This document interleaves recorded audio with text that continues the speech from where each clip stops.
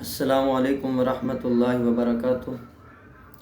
خوابوں کی تعبیر کے سلسلے میں حضرت ابن سیرین رحمۃ اللہ علیہ فرماتے ہیں، اگر کوئی خواب میں شیطان دیکھے تو چونکہ شیطان جو ہے وہ بڑا مکار ہے، انسان کا دشمن ہے۔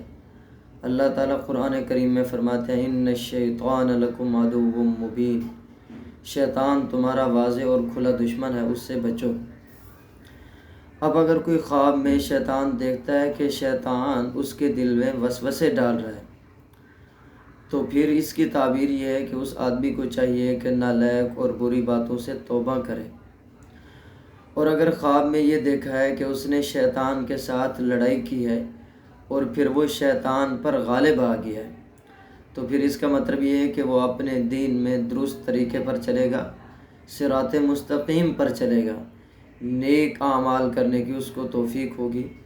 اور اگر شیطان اس پر غالب آ جائے لڑائی میں، تو پھر تعبیر اس کے خلاف ہے۔ اللہ تعالیٰ تمام مسلمانوں کو نیک اعمال کے اندر، تقوی کے اندر آگے بڑھنے کی توفیق عطا فرمائے۔ آمین ثم آمین یا رب العالمین۔